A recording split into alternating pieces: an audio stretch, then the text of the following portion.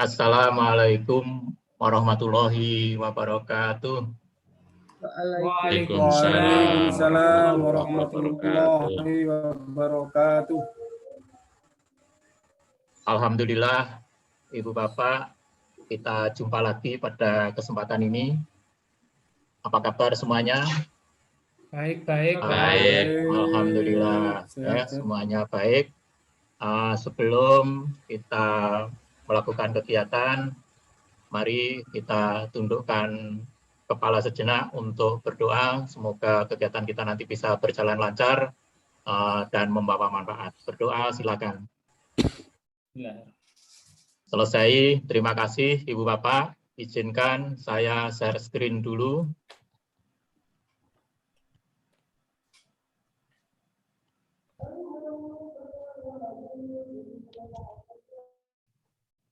Baiklah Ibu Bapak, kali ini kita akan memasuki ruang kolaborasi mendesain kerangka pembelajaran dengan pemikiran Ki Hadjar Dewantoro, forum diskusi kedua. Ya, jadi kali ini kita masuk pada forum diskusi 2. Siap Bapak Ibu? Siap. Kita mulai. Ya. Jadi minggu kemarin kita sudah diskusi yang pertama, sekarang kita memasuki forum diskusi kedua.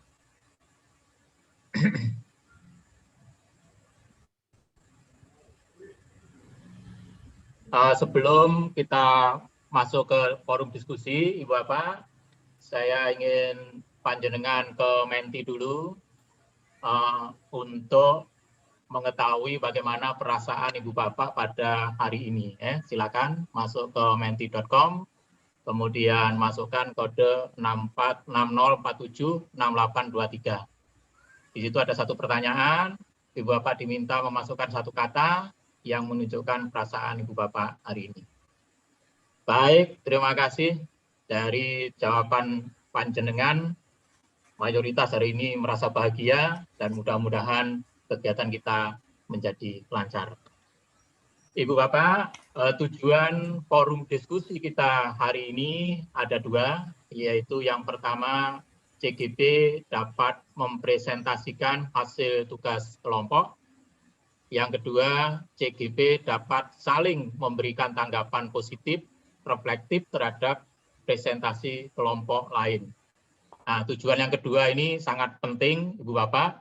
Jadi nanti diharapkan akan adanya tanggapan yang positif, reflektif, sehingga akan bisa meningkatkan kualitas kita.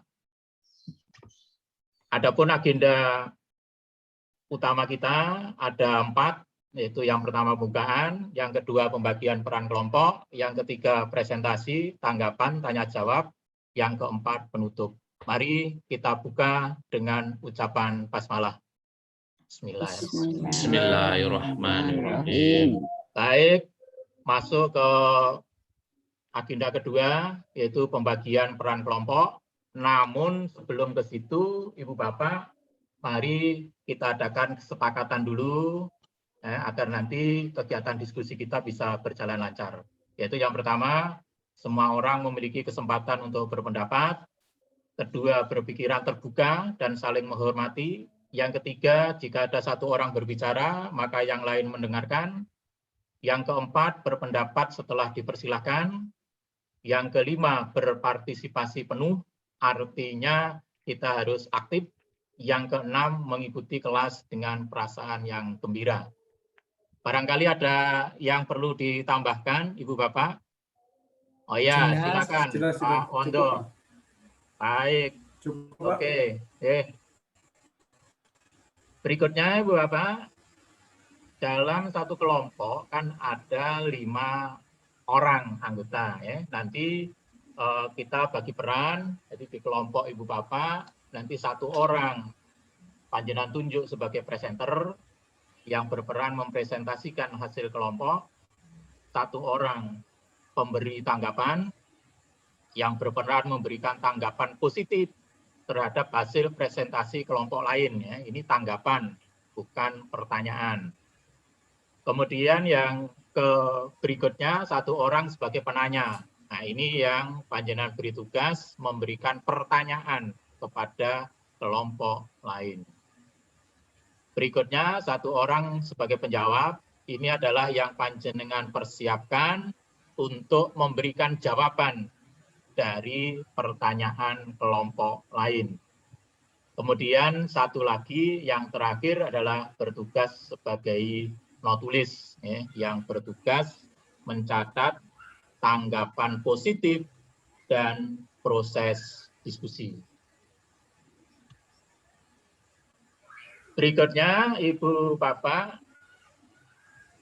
adalah aturan presentasi. Yang pertama, total keseluruhan waktu masing-masing kelompok adalah 20 menit. 20 menit itu dibagi menjadi 10 menit untuk presentasi, 3 menit untuk tanggapan, dan 7 menit untuk tanya jawab. Jadi presenter mempunyai waktu 10 menit untuk mempresentasikan hasil diskusi yang kemarin. Kemudian penanggap mempunyai waktu 3 menit untuk memberikan tanggapan positif dari hasil presentasi kelompok lain. Penanya disilakan memberikan pertanyaan kepada kelompok lain dan dijawab oleh penjawab dari kelompok presentasi. Apabila ada sisa waktu, anggota lain boleh memberikan pertanyaan. Anggota lain dalam kelompok presentasi juga bisa memberikan jawaban pertanyaan. Sampai di sini paham Ibu Bapak? Alurnya? Paham, Bapak. Alhamdulillah. Paham. Kita lanjut.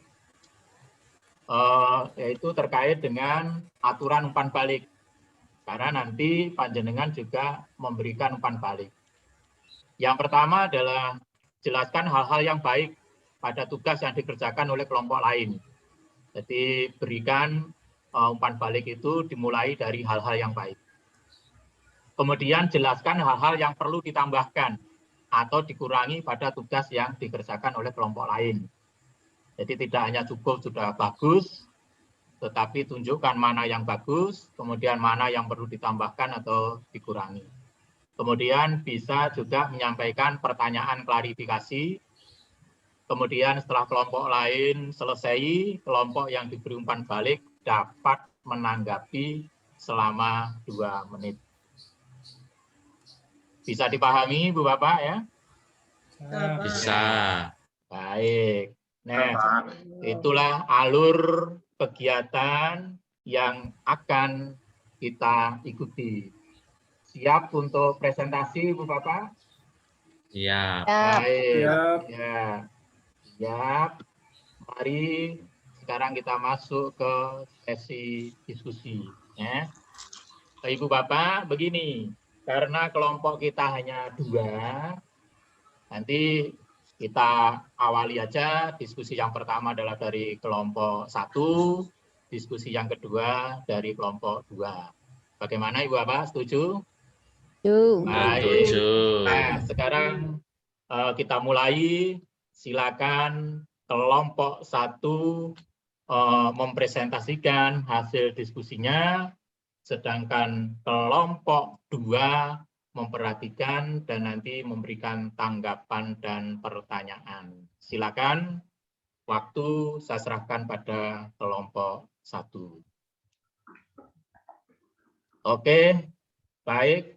Sesi diskusi dari kelompok 1 selesai. Kita beri aplaus dulu untuk kelompok 1, Ibu Bapak. Iya, terima kasih. Sekarang giliran kelompok 2 untuk kesempatan pertama adalah memberikan tanggapan. Silakan yang berperan sebagai penanggap untuk memberikan tanggapannya. Baik, tanggapan sudah diberikan. Silakan kelompok 1 menanggapi. Waktu Bapak Ibu untuk menanggapi adalah 2 menit. Bagus. Nah, selanjutnya kita ke sesi tanya jawab. Oke, tanya jawab sudah selesai. Sekarang kita bergeser ke kelompok 2. Namun sekali lagi sebelum ke kelompok 2, kita beri aplaus pada kelompok 1. Nah, kesempatan berikut saya berikan pada kelompok 2, sedangkan kelompok 1 memperhatikan apa yang akan dipresentasikan oleh kelompok 2. Terima kasih, semuanya sudah selesai. Ibu Bapak, presentasi sudah dilakukan oleh kedua kelompok. Sekarang mari kita simpulkan bersama. Oke, baik. Jadi secara umum bisa kita simpulkan bahwa kerangka filosofis Merdeka Belajar Ki Hajar Dewantara mengacu pada profil pelajar Pancasila dengan tujuan utama pelajar Indonesia merupakan pelajar sepanjang hayat yang memiliki kompetensi global dan berperilaku sesuai dengan nilai-nilai Pancasila. Langkah berikutnya, saya beri waktu perwakilan dari dua kelompok untuk memberikan refleksi. Bagus, sudah Bapak Ibu berikan, mudah-mudahan kegiatan ini bermanfaat. Sebelum diakhiri, mari kita foto bersama, ya, hidupkan semua, kita lakukan foto bersama. Oke, terima kasih Ibu Bapak, jangan lupa silakan unggah hasil kerja kelompok panjenengan pada LMS 1.1.A.5 paling lambat hari ini jam 23.59. Demikian Ibu Bapak kegiatan kita pada hari ini, semoga bermanfaat dan mari kita tutup dengan ucapan hamdalah. Alhamdulillahirrahmanirrahim. Wassalamualaikum warahmatullahi wabarakatuh. Waalaikumsalam warahmatullahi wabarakatuh.